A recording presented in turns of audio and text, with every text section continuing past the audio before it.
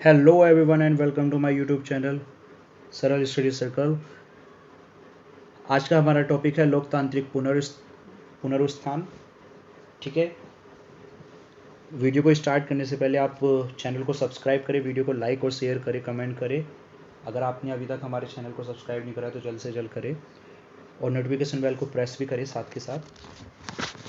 और इससे पहले की जो वीडियोज़ है और इसके आगे की वीडियो जो भी होंगी मैं सभी आपको लिंक डिस्क्रिप्शन में दे दूंगा, तो आप वो वहाँ से देख सकते हैं।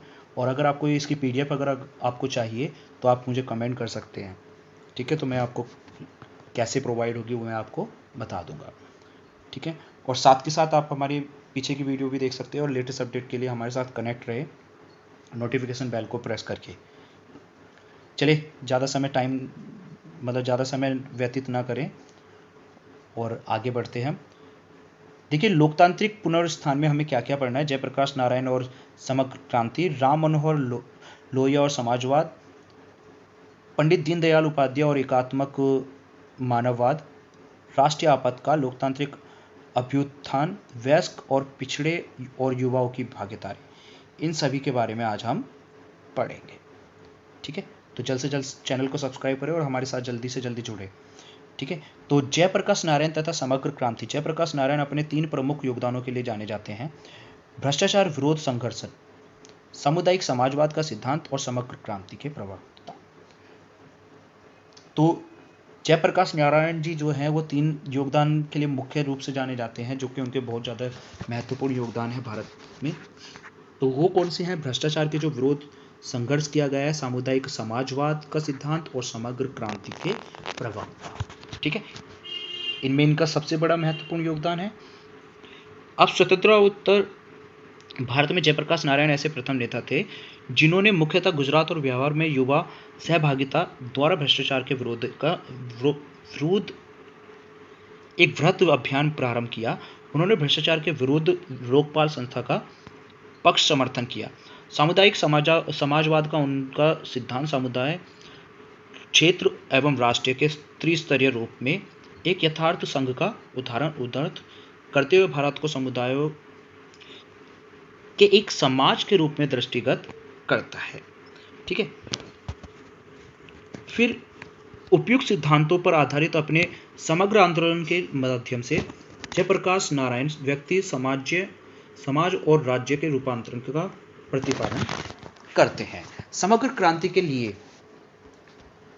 उनका आह्वान नैतिक, सांस्कृतिक, आर्थिक, राजनीतिक तथा पारिस्थितिक रूपांतरण में समावेशन की पहल है। उनका राजनीतिक रूपांतरण, लोकतांत्रिक राजनीति में प्रतिनिधियों को वापस बुलाने का अधिकार, ग्राम्य मोहल्ला समितियों के मध्य तथा देश की स्वच्छ राजनीति में ऊपर के लोगों, विशिष्ट वर्गों को राजनीतिक संघर्ष में सम्मिलित होने का आह्वान। मतलब कि जो भी राजनीतिक आंदोलन वगैरह है इनमें विशिष्ट वर्गों के लोगों को प्रोत्साहित करना। ठीक है, ये इनके योगदान है। जयप्रकाश नारायण के अनुसार इस रूपांतरण का मूल तत्व व्यक्ति है, जो भारत में परिवर्तन का प्रमुख द्योतक है। मतलब कि व्यक्ति ही भारत में मूल परिवर्तन कर सकता है।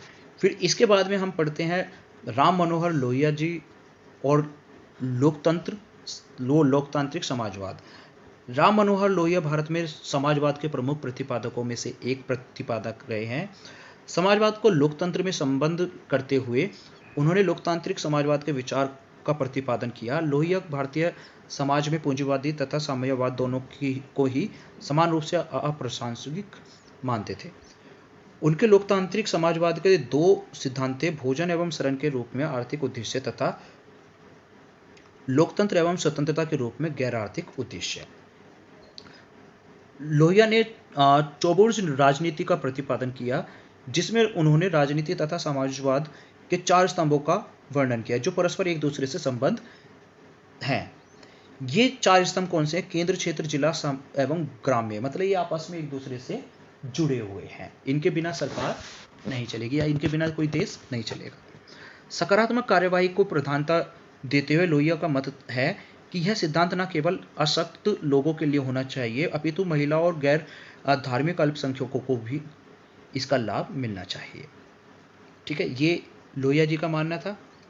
फिर इसके बाद में लोकतांत्रिक समाजवाद तथा जो बुर्ज राजनीति के सिद्धांतों पर आधारित लोहिया समाजवादी दल का पक्ष करते थे या समर्थन करते थे, जो सभी दलों के विलय का एक प्रयास है। लोहिया के अनुसार समाजवाद दल 3 प्रतीकों पर आधारित हुआ या होगा, जिसमें कुदला प्रयास का प्रतीक, मत मताधिकार का प्रतीक और बंधन गृह समर्पण का प्रतीक है। ठीक है, ये तो हमने लोहिया जी के बारे में और लोकतांत्रिक के बारे में पढ़ा है। अब इसके बाद में दीनदयाल उपाध्याय तथा एकात्मक मानववाद के बारे में पढ़ेंगे। पंडित दीनदयाल उपाध्याय एक दार्शनिक, समाजशास्त्री, आर्थिक अर्थशास्त्री तथा राजनीतिक थे। उनके प्रदर्श को एकात्म मानववाद कहा जाता है, जो एक स्वदेशी सामाजिक आर्थिक प्रेमीमान का प्रतिपादन है, जहां मानव विकास का केंद्र होता है। व्यक्ति तथा समाज की आवश्यकताओं के मध्य समन्वय स्थापित करते हुए प्रत्येक मानव के लिए गरिमामय जीवन सुनिश्चित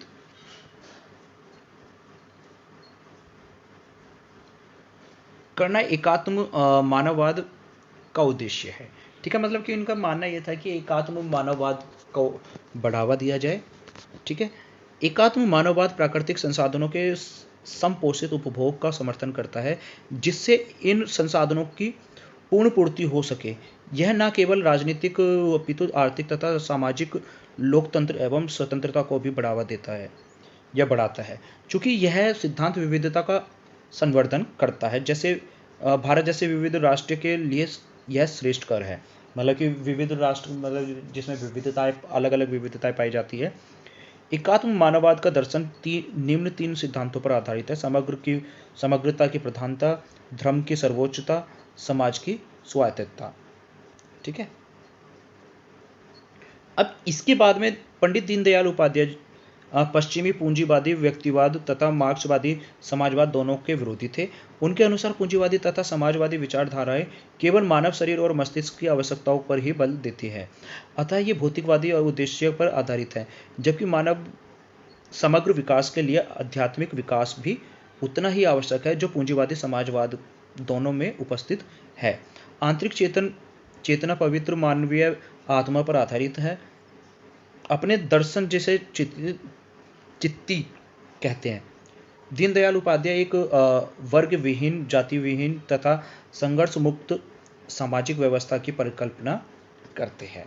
अब इसके बाद में हम जो मेन चीज़ें पढ़ेंगे, अब हमारे चैप्टर का जो मेन हिस्सा शुरू होता है, राष्ट्रीय आपातकाल के बारे में पढ़ेंगे। 25 जून 1975 से 18 महीने तक अनुच्छेद 352 के प्रावधान आंतरिक अशांति के तहत भारत में आपातकाल लागू रहा।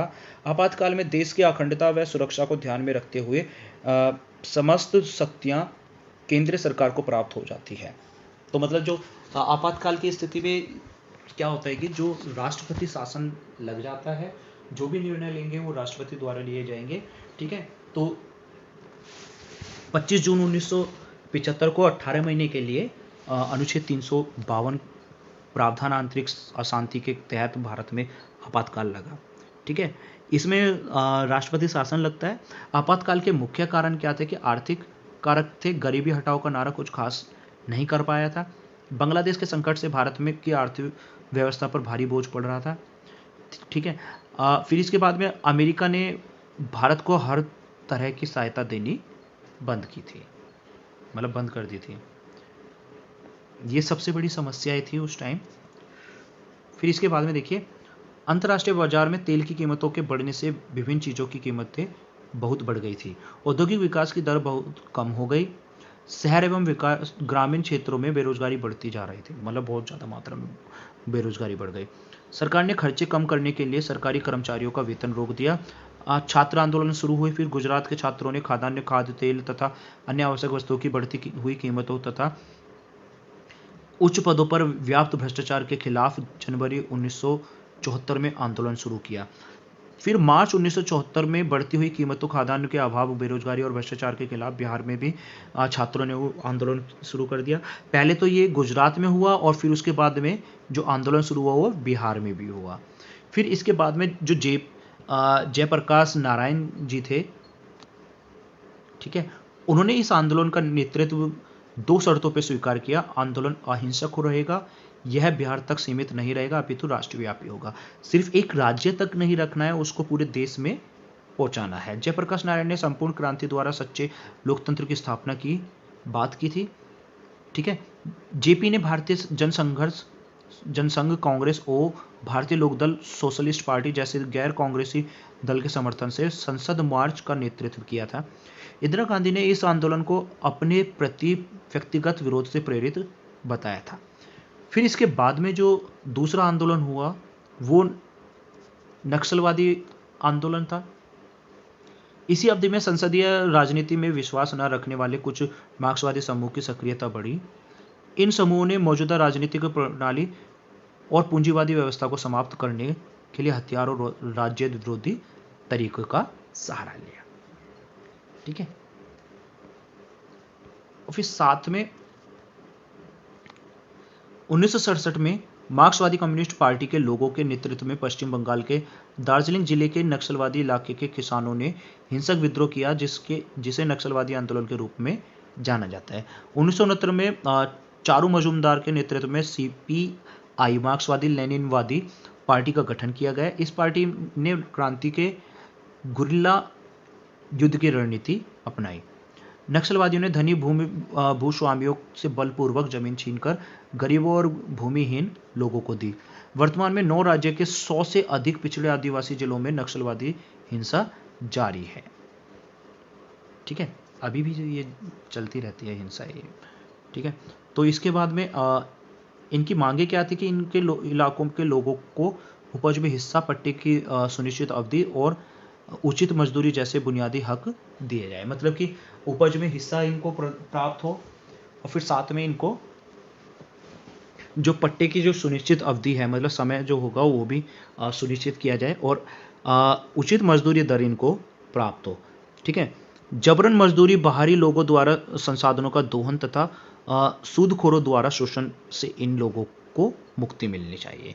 तो जबरन मजदूरी मतलब कि जो अपनी तरफ से कोई भी मजदूरी उनको पकड़ा दी, उससे बचाव चाहिए। बाहरी लोगों द्वारा जो संसाधनों का दोहन मतलब क्या कहते हैं, जो उसका नष्ट किया जा रहा था, या सूदखोर जो मतलब भ्रष्टाचार वाले जो लोग थे, जो जिनके द्वारा शोषण हो रहा था, उनसे मुक्ति चाहिए थी।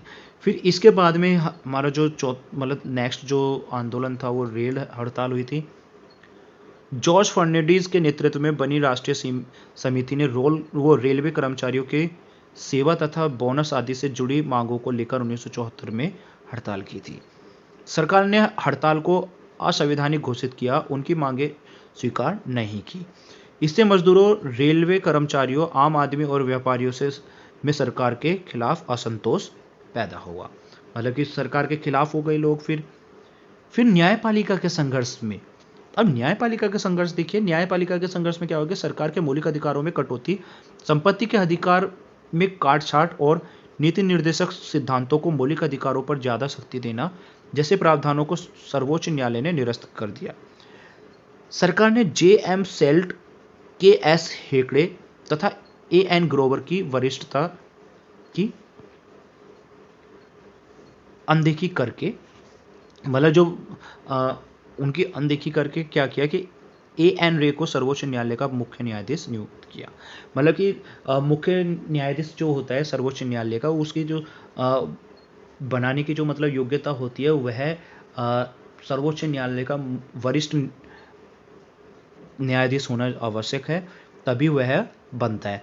तो उनको मतलब ए.एन. रे को मतलब वरिष्ठता दी, मतलब ज़्यादा एक्सपीरियंस घोषित कर दिया गया और फिर उनको मुख्य न्यायाधीश पे बना दिया गया। सरकार के इन कार्यों से प्रतिबद्ध न्यायपालिका तथा नौकरशाही की बातें होने लगी। अब आपातकाल की घोषणा कब हुई कि 12 जून 1975 को इलाहाबाद उच्च न्यायालय के न्यायाधीश जगमोहन लाल सिन्हा ने इंदिरा गांधी के 1971 के लोकसभा चुनाव को असंवैधानिक घोषित कर दिया। फिर 24 जून 1975 को सर्वोच्च न्यायालय ने उच्च न्यायालय के फैसले पर स्थगनादेश सुनाते हुए कहा कि अपील का निर्णय आने तक इंदिरा गांधी सांसद बनी रहेंगी, परंतु मंत्रिमंडल की बैठकों में भाग नहीं लेंगी। ठीक है। और फिर 25 जून 1975 को जेपी के नेतृत्व में इंदिरा गांधी के इस्तीफे की मांग की गई। मांग को लेकर दिल्ली के रामलीला मैदान में राष्ट्रव्यापी सत्याग्रह की घोषणा की गई। इंदिरा गांधी के इस्तीफे की मांग की गई। जेपी ने सेना, पुलिस और सरकारी कर्मचारी से आग्रह किया कि वे सरकार के अनैतिक और असंवैधानिक आदेशों का या अवैधानिक आदेशों का पालन ना करें। 25 जून 1975 को की मध्य रात्रि में प्रधानमंत्री ने अनुच्छेद 352 आंतरिक गड़बड़ी होने पर या होने के तहत राष्ट्रपति से आपातकाल लागू करने की सिफारिश की, क्योंकि उनको लगता था कि इसके कारण अगर वो इस्तीफा दे देंगे या फिर वो आंदोलन होता रहेगा तो उनकी सरकार गिर सकती है। तो उससे बचने के लिए उन्होंने आपातकाल घोषित किया। आपातकाल के परिणाम क्या होगा कि विपक्षी नेताओं को जेल में डाल दिया गया, प्रेस पर सेंसरशिप लागू कर दिया गया और राष्ट्रीय स्वयंसेवक संघ और जमात इस्लामी पर प्रतिबंध, धरना प्रदर्शन और हड़ताल पर रोक, नागरिकों के मौलिक अधिकारों को निष्प्रभावी कर दिए। सरकार ने निवारक नजरबंदी कानून के द्वारा राजनीतिक कार्यकर्ताओं को गिरफ्तार किया गया। इंडियन एक्सप्रेस और स्टेट मैन अखबार को जिन समाचारों को छापने से रोका गया। मतलब कि इसमें क्या किया गया है कि सरकार द्वारा मतलब अपने ही जो मतलब विपक्षी नेता थे उनको जेल में डलवा दिया गया और प्रेस जो थी, मीडिया थी, उस पर सेंसरशिप लागू कर दी गई। सिर्फ वो जो सरकार चाहे वो ही चीज़ वो दिखाए। ठीक है। राष्ट्रीय स्वयंसेवक संघ और जमात इस्लामी पर प्रतिबंध लगाया, धरना प्रदर्शन और हड़ताल को रोका गया। नागरिकों के मौलिक अधिकारों को जो मतलब कि आपातकाल की स्थिति में ऑलरेडी वह निरस्त हो जाते हैं।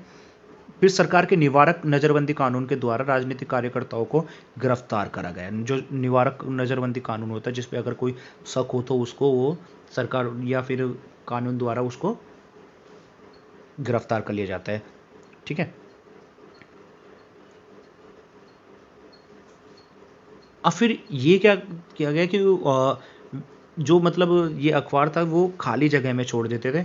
सेमिनार और मेनस्ट्रीम जैसी पत्रिकाओं ने प्रकाशन बंद कर दिया था। कन्नड़ लेखक शिवराम कारंत तथा हिंदी लेखक फणीश्वरनाथ रेणु ने आपातकाल के विरोध में अपनी पदवी सरकार को लौटा दी।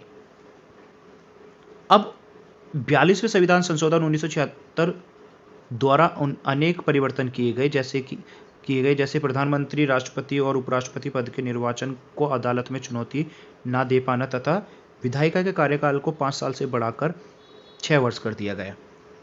आपातकाल पर बहस पक्ष, तो इसका सबसे पहले हम पक्ष देंगे। बहस पक्ष जो है, देखिए पक्ष के बारे में देखते हैं पहले। और अगर आपने हमारी ये वीडियो अभी तक लाइक नहीं करी है तो वीडियो को लाइक करें। चैनल पे अगर नए आए हुए हैं तो चैनल को सब्सक्राइब जरूर करें। इसके बारे में पक्ष देखिए पहले। बार बार धरना प्रदर्शन और सामूहिक कार्यवाही से लोकतंत्र बाधित होता है। ठीक है।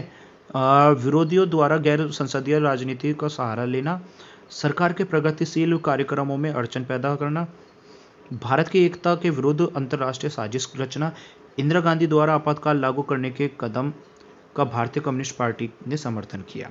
अब इसके विपक्ष में क्या था, तो ये देखिए विपक्ष में देखिए लोकतंत्र में जनता को सरकार का विरोध करने का अधिकार होता है। विरोध आंदोलन ज्यादातर समय अहिंसक और शांतिपूर्ण रहे।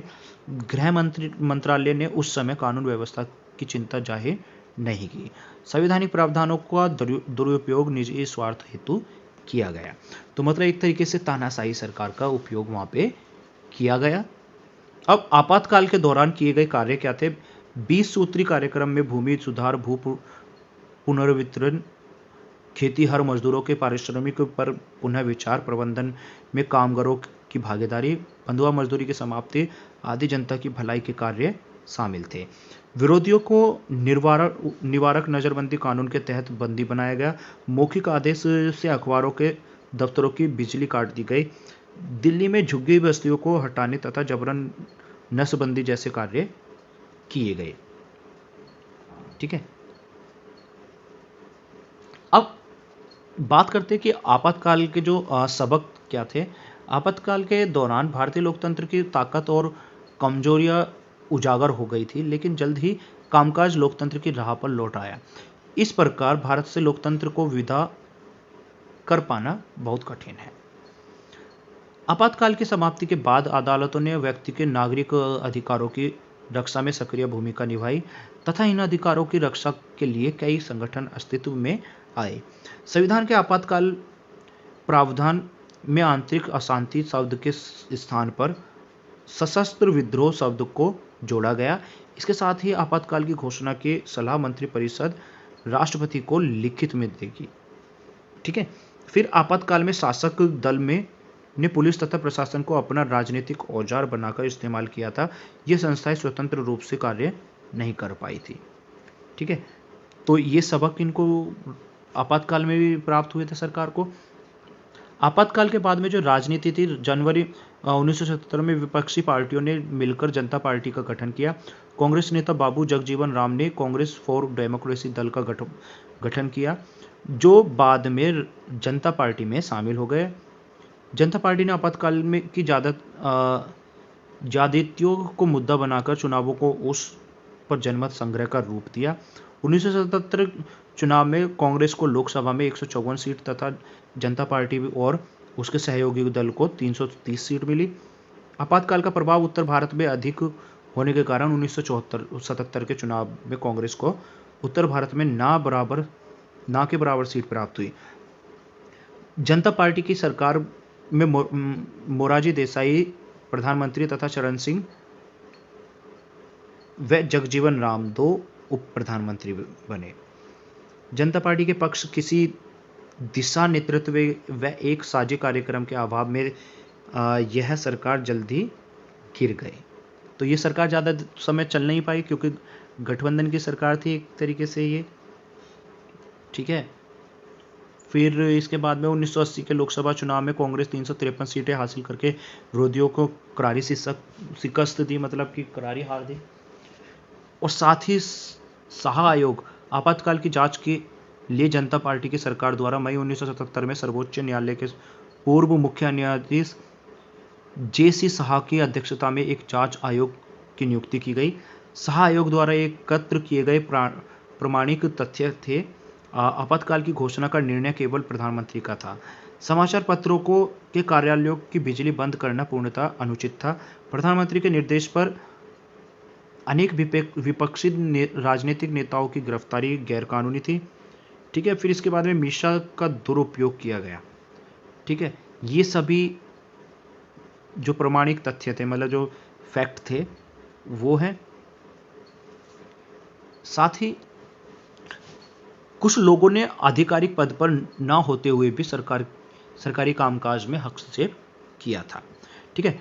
अब इसके बाद में बात करते हैं कि नागरिक स्वतंत्रता संगठनों का उदय कैसे हुआ। नागरिक स्वतंत्रता एवं लोकतांत्रिक अधिकारों के लिए लोगों के संघ का उदय किया अक्टूबर 1976 में हुआ।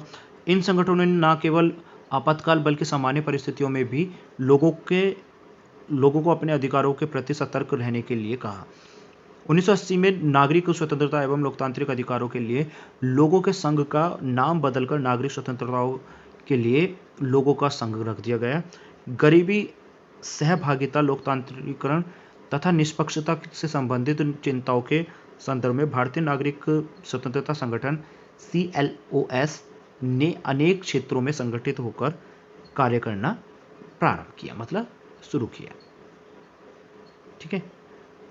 अब एक लोकतांत्रिक अभ्युत्थान की बात करें। लोकतांत्रिक अभ्युत्थान क्या है कि देश के लोकतांत्रिक राजनीति में जनता की बढ़ती सहभागिता को लोकतांत्रिक अभ्युत्थान के रूप में इंगित किया जाता है। इस सिद्धांत के आधार पर समाज विज्ञानी भारत के स्वतंत्रता उत्तर इतिहास में 3 लोकतांत्रिक अभ्युत्थानों का वर्णन करते हैं। ठीक है। प्रथम लोकतांत्रिक अभ्युत्थान जो था 1950 के दशक से 1970 के दशक तक चिन्हित है। ठीक है। जो केंद्र व राज्य दोनों की लोकतांत्रिक राजनीति में भारतीय व वयस्क मतदाताओं की बढ़ती सहभागिता पर आधारित था। पश्चिम के इस मिथक को मिथ्या सिद्ध करते हुए एक सफल लोकतांत्रिक आधुनिकीकरण नागरिकरण, शिक्षा तथा मीडिया पहुंच पर आधारित होता है। संसदीय लोकतंत्र के सिद्धांत पर लोकसभा तथा राज्यों के विधानसभाओं में चुनावों के सफल आयोजन ने भारत के प्रथम लोकतांत्रिक अभ्युत्थान को सार्थक किया है। ठीक है। फिर इसके बाद में जो हमारा 1980 के दशक में समाज के निम्न यथा अनुसूचित जाति, अनुसूचित जनजाति तथा अन्य पिछड़ा वर्ग की बढ़ती राजनीतिक सहभागिता द्वितीय लोकतांत्रिक अभ्युत्थान के रूप में व्याख्यायित किया गया। यह सहभागिता ने भारतीय राजनीति को इन वर्गों के लिए अधिक अनुग्राही तथा सुगम बना दिया। यद्यपि इस अभ्युत्थान ने इन वर्गों, विशेषतः दलितों के जीवन स्तर में कोई व्यापक परिवर्तन नहीं किया, परंतु संगठनात्मक तथा राजनीतिक मंचों पर इन वर्गों की सहभागिता ने इनके स्वाभिमान को सुदृढ़ तथा देश की लोकतांत्रिक राजनीति में इन वर्गों के सशक्तिकरण को सुनिश्चित करने का अवसर प्रदान किया। दोस्तों, अगर आपने अभी तक हमारे चैनल को सब्सक्राइब नहीं किया तो चैनल को जल्द से जल्द सब्सक्राइब करें। आप हमारे चैनल की मेंबरशिप भी ज्वाइन कर सकते हैं, ठीक है, जो कि आप जैसे ही ज्वाइन के बटन पे आप क्लिक करोगे तो आपको कुछ जो ऑफर्स हैं वो आपको प्रोवाइड हो जाएंगे। 1990 के दशक के प्रारंभ में उदारीकरण, निजीकरण तथा वैश्वीकरण के युग LPG, ठीक है, को एक सेकेंड, क्या हुआ इसमें, हाँ, एक प्रतिस्पर्धक बाजार समाज के उद्भव के लिए उत्तरदायी माना जाता है, जिसमें अर्थव्यवस्था, समाज और राजनीति के सभी महत्वपूर्ण क्षेत्रों को सम्मिलित किया जाता है। उदारीकरण का यह दशक तृतीय लोकतांत्रिक अभ्युत्थान के नाम से जाना जाता है, ठीक है। फिर इसके बाद में लिए मार्ग प्रशस्त करता है। तृतीय लोकतांत्रिक अभ्युत्थान एक प्रतिस्पर्धी चुनाव राजनीति का प्रतिनिधित्व करता है, जो श्रेष्ठतम की उत्तरजीविता के सिद्धांत पर आधारित ना होकर योग्यतम उत्तरजीविता पर आधारित होता है। यह भारतीय चुनावी बाजार में 3 परिवर्तनों को रेखांकित करता है: राज्य से बाजार की ओर, सरकार से शासन की ओर तथा नियंत्रण राज्य से सुविधा प्रदाता राज्य की ओर। इसके अतिरिक्त तृतीय लोकतांत्रिक अभ्युत्थान ने उस युवा वर्ग की सहभागिता को इंगित किया है जो भारतीय समाज का एक महत्वपूर्ण भाग है तथा भारत की समकालीन लोकतांत्रिक राजनीति में अपनी बढ़ती चुनावी प्राथमिकता की दृष्टि से विकास तथा प्रशासन दोनों के लिए वास्तविक परिवर्तन के रूप में उदित हुआ है। ठीक है, तो आज का ये तो चैप्टर हमारा यही समाप्त हो गया है। कुछ हम महत्वपूर्ण क्वेश्चन देख लेते हैं आपके एग्जाम की दृष्टि से। ठीक है, तो इसमें कुछ क्वेश्चन, जैसे 1 नंबर का क्वेश्चन ये बन सकता है, संपूर्ण क्रांति का लक्ष्य क्या था, प्रेस सेंसरशिप से क्या अभिप्राय है। ठीक है, इस तरीके के आप क्वेश्चन देख सकते हो। अब ये कुछ क्वेश्चन दिए गए कि इनको सही करके लिखिए। कांग्रेस फॉर डेमोक्रेसी पार्टी के काम राज के नेतृत्व में बनी। ठीक है, इन सभी। फिर एक कुछ खालिस्तान को दे रखे हैं। ठीक है, गरीबी हटाओ का नारा कब और किसने दिया था। ठीक है, फिर जैसे 2 नंबर के कुछ क्वेश्चन दे रखे हैं, आपातकाल के दौरान किन 2 संगठनों पर प्रतिबंध लगाया गया था। 1974 के गुजरात तथा बिहार के छात्रों ने किन मुद्दों पर आंदोलन छेड़ा था। नक्सलवादी आंदोलन के किन्हीं 2 कार्यों का उल्लेख करें। 42वें संविधान संशोधन द्वारा किए गए 2 मुख्य बदलावों का उल्लेख करें। 1977 के चुनावों में जनता पार्टी के प्रति किए 2 कारणों, मतलब जो 1977 के चुनावों में जनता पार्टी के जीतने के किन्हीं 2 कारणों का उल्लेख कीजिए। आपातकाल और इसके आसपास की अवधि को क्यों संवैधानिक संकट की अवधि के रूप में देखा जाता है। ये मैचिंग है, मैचिंग भी देख लेना। रेल हड़ताल कब और किस प्रमुख मांग को लेकर हुई थी। ठीक है, साथ ही साहा आयोग की नियुक्ति कब और क्यों की गई। फिर निवारक नज़रबंदी से आप क्या समझते हैं। तृतीय लोकतांत्रिक अभ्युत्थान किस सिद्धांत पर आधारित है। एकात्म मानववाद का दर्शन किन सिद्धांतों पर आधारित है। ठीक है, फिर एक ये केस स्टडी बेस्ड क्वेश्चन दे रखा है, गद्यांश पर आधारित। निम्नलिखित गद्यांश को ध्यानपूर्वक पढ़े और निम्नलिखित प्रश्नों के उत्तर दें। आपातकाल की घोषणा के साथ ही शक्तियों का बंटवारे का संघीय ढांचा व्यापारिक तौर पर निष्प्रभावी। आपातकाल की घोषणा के साथ ही शक्तियों के बंटवारे का संघीय ढांचा व्यावहारिक तौर पर निष्प्रभावी हो जाता है और सारी शक्तियां केंद्र सरकार के हाथ में चली जाती है। दूसरे सरकारें चाहे तो ऐसी स्थिति में किसी एक अथवा सभी मौलिक अधिकारों पर रोक लगा सकती है अथवा उसमें कटौती कर सकती है। संविधान के प्रावधान में आए शब्दों से यह स्पष्ट हो जाता है कि आपातकाल को वहाँ एक असाधारण स्थिति के रूप में देखा गया है जब सामान्य लोकतांत्रिक राजनीति के कामकाज नहीं किए जा सकते, इसी कारण सरकार को आपातकाल की स्थिति में विशेष शक्तियां प्रदान की गई है। 25 जून 1975 के राज में प्रधानमंत्री, मतलब कांग्रेस के राज में प्रधानमंत्री राष्ट्रपति फखरुद्दीन अली अहमद से आपातकाल लागू कराने की सिफारिश की।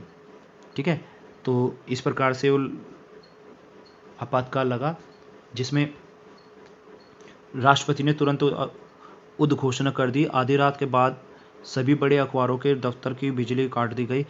तड़के सवेरे बड़े पैमाने पर विपक्षी दलों के नेताओं और कार्यकर्ताओं की गिरफ्तारी। 26 जून की सुबह 6 बजे एक विशेष बैठक मंत्रिमंडल को इन बातों की सूचना दी गई, लेकिन तब तक बहुत कुछ हो चुका था। ठीक है, तो किस अनुच्छेद के तहत 25 जून 1975 को आपातकाल की घोषणा की गई? तो अनुच्छेद 352। ठीक है, ये कुछ क्वेश्चन है। आपातकाल की उद्घोषणा किसने जारी की थी? राष्ट्रपति फखरुद्दीन अली अहमद। राष्ट्रीय आपातकाल की अवधि में निम्नलिखित में से कौन सा कथन सही है? ठीक है, ये आप इनके आंसर आप देख सकते हो, ये लास्ट में मिलेंगे आपको इनके आंसर। इसमें 4 नंबर के क्वेश्चन है, जैसे 1970 के दशक के प्रारंभ में न्यायपालिका और विधायिका के बीच किस प्रकार का संघर्ष बना रहा, तो ये वर्णन करना है इसका। तो ये इंपॉर्टेंट क्वेश्चन है, ये इस तरीके का क्वेश्चन आ सकता है। आपातकाल के पश्चात विपक्ष की भूमिका का अवलोकन कीजिए। सरकार द्वारा 1975 में आपातकाल लागू करने के पक्ष में क्या तर्क दिए गए थे? इस तरीके का क्वेश्चन भी आ सकता है आपका। ठीक है, फिर 6 अंक के प्रश्न देखिए, किन्हीं 4 परिस्थितियों का वर्णन कीजिए जिनके कारण 1975 में आपातकालीन स्थिति की घोषणा की गई। 25 जून 1975 को भारत में राष्ट्रीय आपातकाल की घोषणा क्यों की गई? इस आपातकाल के किन्हीं 3 परिणामों का विश्लेषण कीजिए। आपातकाल में से मिलने वाले किन्हीं 3 सबकों का विश्लेषण कीजिए। वेरी वेरी मोस्ट इंपोर्टेंट है। आपातकाल में सरकार के द्वारा शक्तियों का दुरुपयोग किया गया था, इस कथन के पक्ष में तर्क दे। ये भी बहुत इंपॉर्टेंट क्वेश्चन है आपका। फिर साथ में 1975 के आपातकाल में उजागर हुई भारतीय लोकतंत्र में एक सेकेंड 1975 के आपातकाल में उजागर हुई भारतीय लोकतंत्र की कमजोरियों और ताकतों की किन्हीं 3 बिंदुओं का वर्णन करिए। 1980 के मध्यावधि चुनावों के लिए उत्तरदायी परिस्थितियों की व्याख्या कीजिए। जयप्रकाश नारायण के किन्हीं 3 प्रमुख योगदानों का वर्णन कीजिए। दीनदयाल उपाध्याय के एकात्मक मानववाद के विषय में आप क्या जानते हैं, इनका वर्णन कीजिए। तो इनके ये सभी आंसर हैं, तो इनको भी आप देख सकते हो। और अगर आपने हमारे चैनल को अभी तक सब्सक्राइब नहीं किया तो चैनल को सब्सक्राइब करिए। 2 नंबर के आंसर हैं। ये 4 नंबर के आंसर आपके सामने हैं। ठीक है, और ये 5 नंबर के आपके आंसर हैं, और ये 6 नंबर के। ठीक है,